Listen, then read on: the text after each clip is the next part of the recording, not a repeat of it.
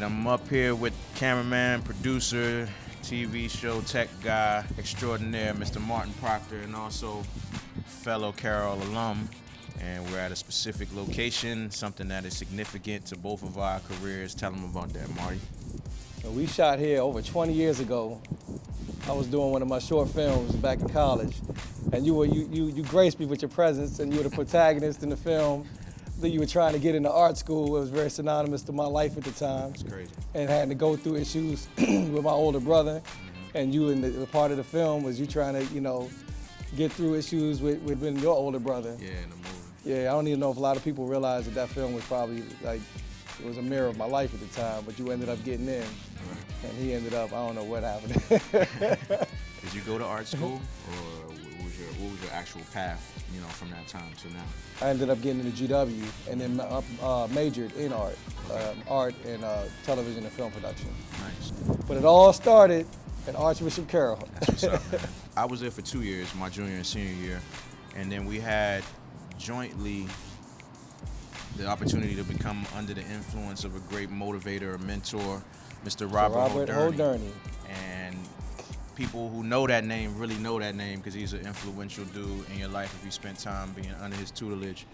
Not only for his religion class that he had social justice, but we got to work with him in audio visual, and he was one of the great teachers that was a real, pioneer at the school for keeping the school spirit up by the use of graphic arts, technical arts.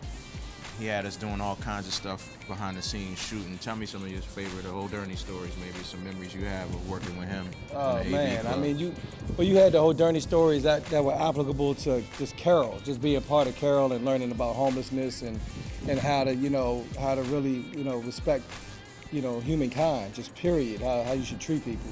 But then it was at Holderney that love photography and video production, and that's kind of what brought you, me, and a slew of other guys that are still doing this to this day, all from his inspired vision. And I think it all led us to our individual paths. And you and I we did weddings back in the day and everything else. It got me into still photography and doing directing and producing internationally now. I mean, Holderney would always, he'd throw the camera in your hand and have you shoot the pep rally. You jumped on stage and I would record you. Yeah. Mike had this line, I'd never forget. He was like, something, I'll blast you, I crushed you like a can of Shasta. I don't know why I remember that line, man. I'm back in there with the mix. I was like, oh, he's killing him right now, man. Yeah, a little bit of rhyming back in the day. Anything that I could do to get my creativity out there, whether it's behind the scenes doing the slideshows, he would have major joints during the pep rallies to get the team hype, get the football teams hype, and all the people who were watching the games in the crowd. He would take pictures of them and show them in the slideshows, and it was just a great motivational tool to inspire people, and that is the core of it. Whatever I could use with a microphone, with a camera, with sound system, or anything that I could do to try to get people galvanized to go do something, either the social justice causes. You would have people out there walking around the monuments in D.C., scraping the Vietnam Memorial with a pencil and a piece of paper, getting people's names that he sent you on a mission to go find those specific people on the wall. Yep. I mean, he had a crazy way of motivating people to get inspired to do something positive in their lives and to inspire others to do the same. Now, as I said before, and as you said, we're still doing this thing some 20 years later. What are you up to nowadays that you want to share with us and figure out how we can maybe work again together, make the paths cross again, so that we can keep these lenses going for the rest of our lives? I mean, I feel like I can do this for the rest of my life, really. Well, it was one thing is back in the day is I'd get a gig and, I'd bring you in, you got something, you bring me in, and that's kind of how we motivate. I mean, my position took me to LA, and from there I worked with some of the top companies and then joined over where I'm doing international stuff in Africa a lot now. So the next stage would be is that it's an unexplored area as far as TV production, especially lifestyle programming and so forth. So bringing the right people involved that have the technical background, that have the interest, that understand the platform. We go in as a team together and start doing projects that really haven't been seen out of the country, out of the continent before, in various countries.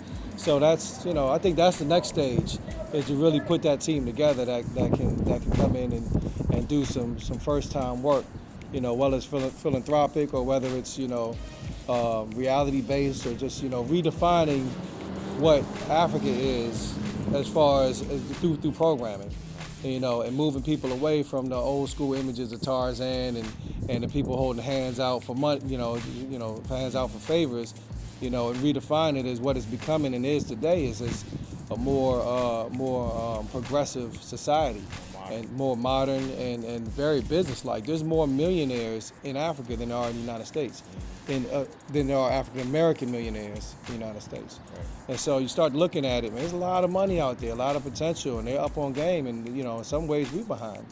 So I think for us really to start to put we start to tool together what I've learned, what you've learned, what other people have learned. We start to bond together and work on projects like that.